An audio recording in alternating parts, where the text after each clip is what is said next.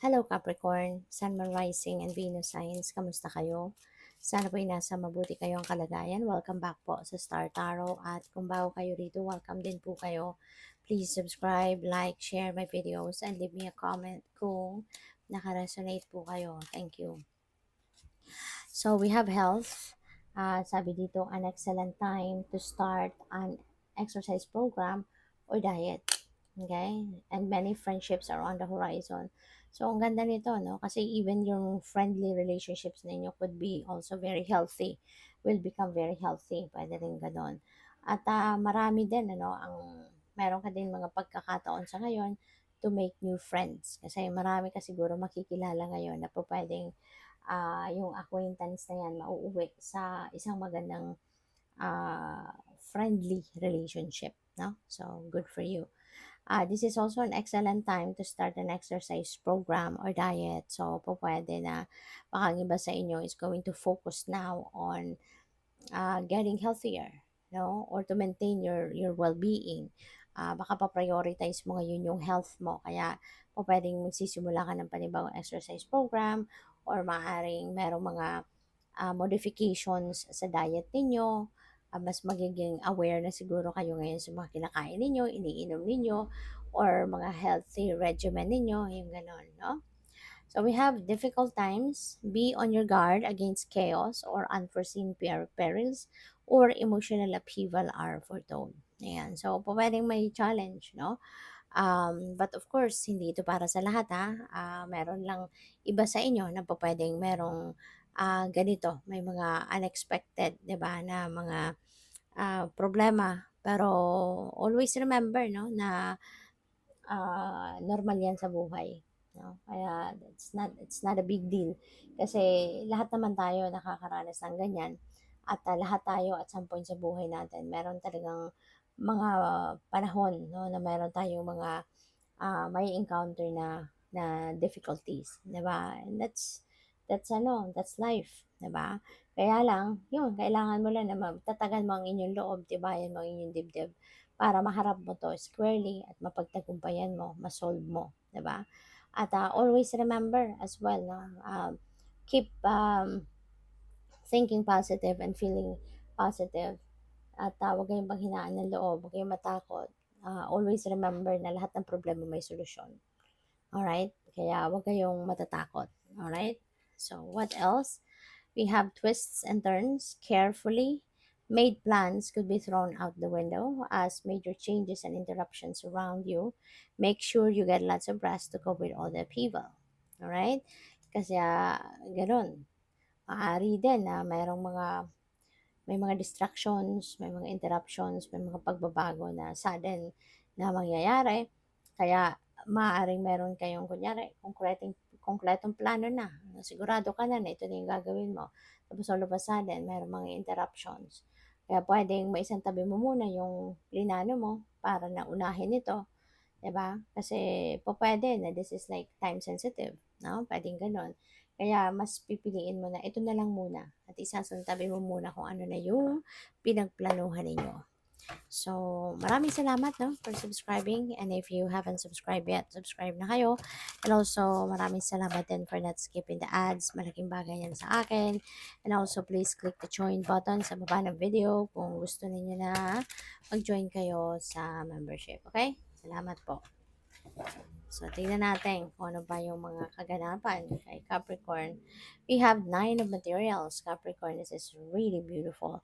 Kasi si Nine of Materials, this is financial blessings. No, meron mang financial reward na makakamit kayo. No, ito na yung bunga na ito ng inyong pagsisikap. Yung bunga na ito ng yung financial reward na to ng pagtsatsaga mo, pagsisikap na ginawa mo in the past. So, ito na. Diba? Papremyuhan na kayo ng Divine Universe at magiging komportable ka na kahit papaano pagdating sa inyong finances, magiging yayamanin ka na, magiging komportable na ang inyong pangkapirahang aspeto. No? So, that's really beautiful. Pwede rin, no, na ang iba sa inyo rito, ito na yung simula, no, ng pag ano ninyo, establish ng inyong financial future. No? Kasi medyo marami-rami ka na siguro matatanggap na pera. We have temperance, patience, no? So, feeling ko dito, patience is over. Diba?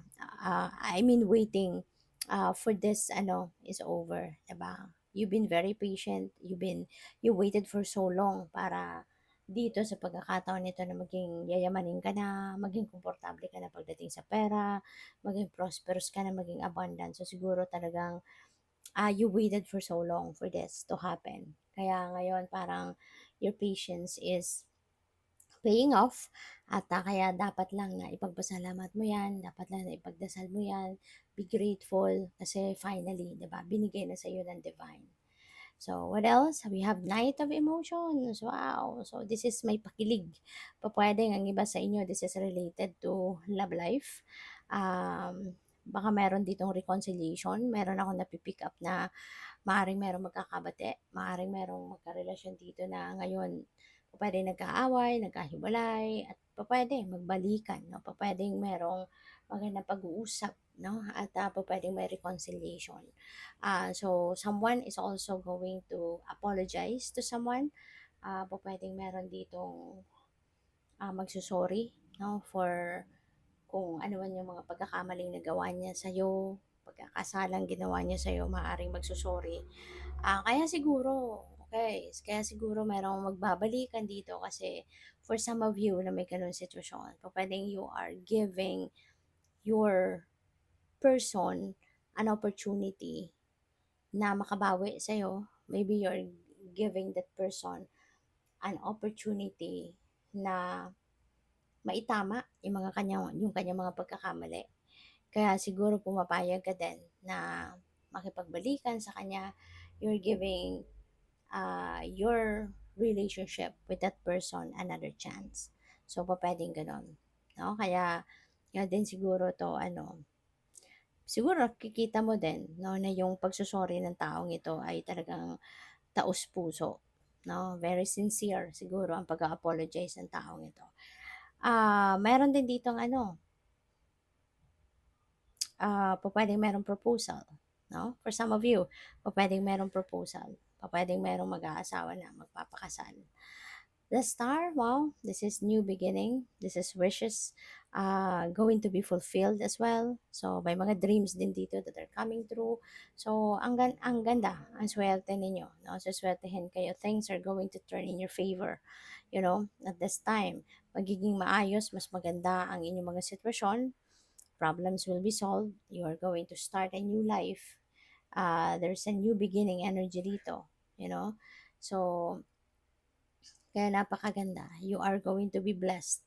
You know, the new path, no, na nag-aantay sa inyo dito para sa uh, ikakaganda ng iyong sitwasyon will be illuminated for you as well. Kaya napakaswerte mo. So, yun, wishes are coming true. Kaya maging handa ka na sa pagtanggap, no, sa pag-welcome ng mga wishes na yan. No? So, good luck. Thank you for watching. Love and light. Namaste.